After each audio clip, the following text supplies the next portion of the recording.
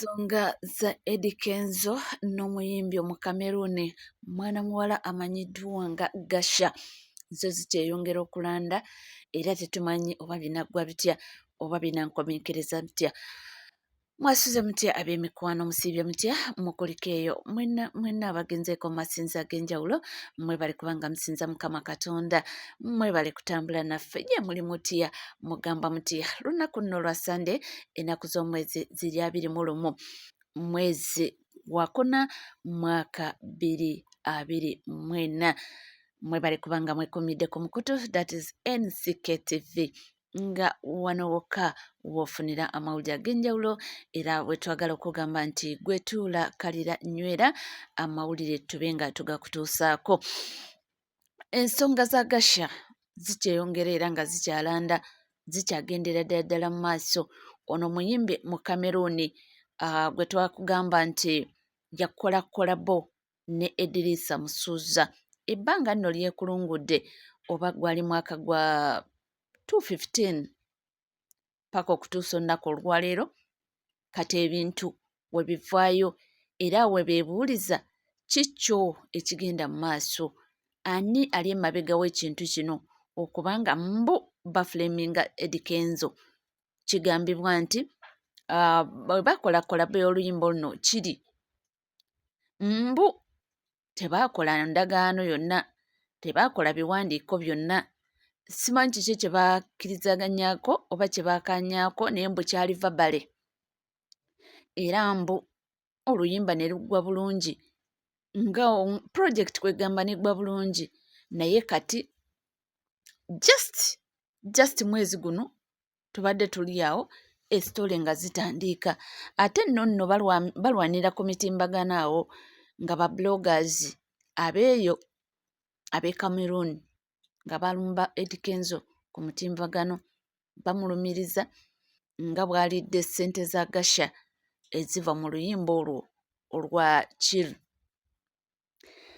Bo Eddie Kenzo ttiimu ye nalabako awo era ndabira ku bablogger abo nga bagamba nti ttiimu ya Eddie Kenzo yabaddamu ne bagamba nti ekintu kye baakaanyaako kyali kimu, nti kwali kupushinga Gasha, nti wakuba Eddie Kenzo mbu yali ayina following nnyingi nga redde nga yaakaatiikirira mu nsi yonna olw'oluyimba Sitya Loss. Oluyimba olwo lwakwata nnyo mu babiro ne lwattractinga abantu bangi. Oba mujjukira bulungi abaana abo ba ghetto kids baattractinga attention y'abantu bangi era okukkakana mbu ne mwana muwala Gasha bw'atyo n'abeera omu ku abo n'asaba Eddie Kenzo bakole kolabo eyo. Bwe tewagamba nti be baamiitinga buli kimu, naye mbu ne bakkirizaganya nti oluyimba lubeere ku pulatifomu zaani za Eddie Kenzo. Mbu ne bakkirizaganya nti oluyimba lubeere ku pulatifomu za Eddie Kenzo nga YouTube n'ebirala. Essaawa eno bagamba mbu bwe bagenze okukola research mbu basanze nga ku YouTube kwokka kwe kuliko nti Eddie Kenzo featuring Gasha. Mbu naye pulatifomu ez'enjawulo mbu Eddie Kenzo ze yadistributingako oluyimba luno mbu tekuliko linnya lya Gasha. Mbu platforms nga Boom ezo bwe zityo mbu tekuliko mannya ga Gasha, mbu kuliko Eddie Kenzo, mbu kiraga nti oluyimba lwa Eddie Kenzo era mbu revenue yonna eva omwo oba ssente royalties zonna ezivaayo mbu zigenda ku akawunti ya Kenzo. Kye bagamba nti beetaaga explanation, naye nga gye buvuddeko awo nalaba nga waliwo simanyi oba kituufu management ya Kenzo oba abaanukula gundi eno ne bagamba nti nga baanukula ebigambo bino era nabisanga awo nga baanukudde abo babloga b'e Cameroon nga bagamba nti mbu Eddie Kenzo yali yakateeka oluyimba ku YouTube, bo bennyini ne bakireiminga oluyimba olwo, mbu management ya Gasha ne kireiminga oluyimba olwo ku YouTube. era bw'emala okireminga oluyimba olwo nekola ki mbu chano ya Kenzo ne bagijjako monetization era mbu okuva olwo ne baba nga management ya Gasha yekola ki mbu nga yefuna royalties era wojjukira nti omuntu wakola claim ku luyimba oba ku content wo meaning oyakiraiminze content oyo yafuna ki revenue ezivaamu ziba zigenda direct w'omuntu oyo akoze claim so mbu wekyali mbu bano bakola claim management ya Gasha yakola claim era ne babanga kati royalties ezivaamu zonna zigenda ku bo nga management ya Gasha abwe nalaba ka response ako naye kati baclaiminze nti stream gundi Eddie Kenzo gya distributinga music ono gye bamusitreamingira mbo yateekako mannya ge mbu nga Gasha taliiko mbu kino kiba kitegeeza nti revenue oba royalties ezivaamu mbu ziba zigenda wa Kenzo yokka ekyo mbu kye baagala aklarifyinge ababuulire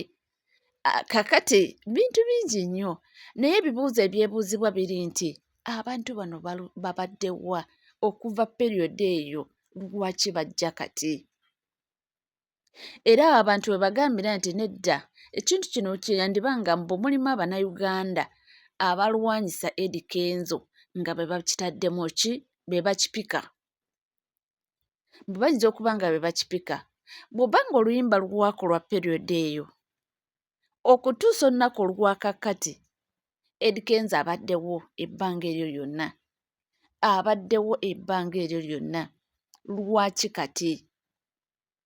lwaki kati bavaayo kati muntu najja nti akiraiminga Eddie Kenzo yanziba Eddie Kenzo akoze bw'ati omudiri gw'ensimbi gwange kiri kitya nti ebbanga eryo lyonna Gasha abaddewa Eddie Kenzo abaddewo nnyo wano eno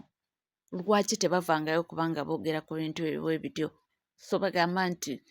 wandibaawo Abannayuganda nti mbunga we tujjudde emitima emikyamu tujjudde enkwe tujjudde obutaagaliza tujjudde ensaalwa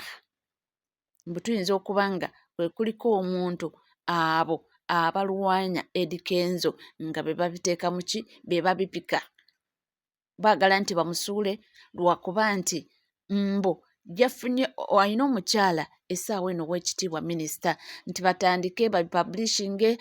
nti ne Eddie Kenzo aswale mukyala we aswale ebintu bwe bityo nti oba waliwo abali mabega w'ekintu ekyo ate jjukira ye pulezidenti wa federation wano eno mu Uganda so mbu ebyo byonna byonna babagezaako okuba nga bakola ki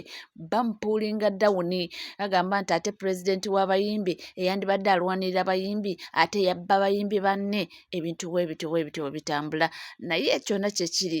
affe we tuli tujja kuba nga tubikutuusaako tumanye bitambudde bitya bigenze bitya actually ndabyeko Abannayuganda bangi abamu waniino ku social media nga bagezaako okugamba abantu abo nti ye abange we mwali musaba kolabeeyo mwagisabira ku social media bwe mwali mukkirizaganya oba mukkaanya byonna byonna mwabikolera ku social media lwaki okujja wano ku social media ne mulamenti nga mukole mukozese gundi necessary means mugende mu kkooti ebintu mubisootingire eyo biggwe bwemuba mulina obukakafu tubumba mulina obukakafu ebyo ebintu emwogerako muve wano eno ku social media si ye yali studio social media si yawo gye mwatandikira okubanga mukwatagana ne Eddie Kenzo social media si ye ejja okuba nga esolvinga buli kimu teoba ayina Gasha yiye nga yekakasa nti buli kimu akirina agende mu kkooti ebintu biggwe babisolvingire mu kkooti okusinga munaalementingira ku social media teyina answers emwagala teyina answers nti ate ba bloggers si be baaliwo nga ebintu mukolaganya ebintu byammwe oba mwekwatagana management biki nti mujje mu kkooti musootinga ebintu instead okubanga buli kimu mukireeta ku social media kino kini titebijja kubanga biyamba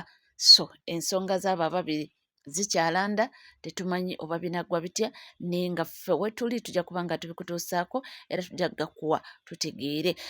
tukyali wamu era ng'omukutu guli gumu gwokka, that is NCK TV. Gwotana subscribinga ke kaseera okuba ng'osubscribinga, ringinga that notification bell, sharinga, likinga, saako n'okuba ng'oleka comment yo. Ebisigadde butereevu tukyakomawo.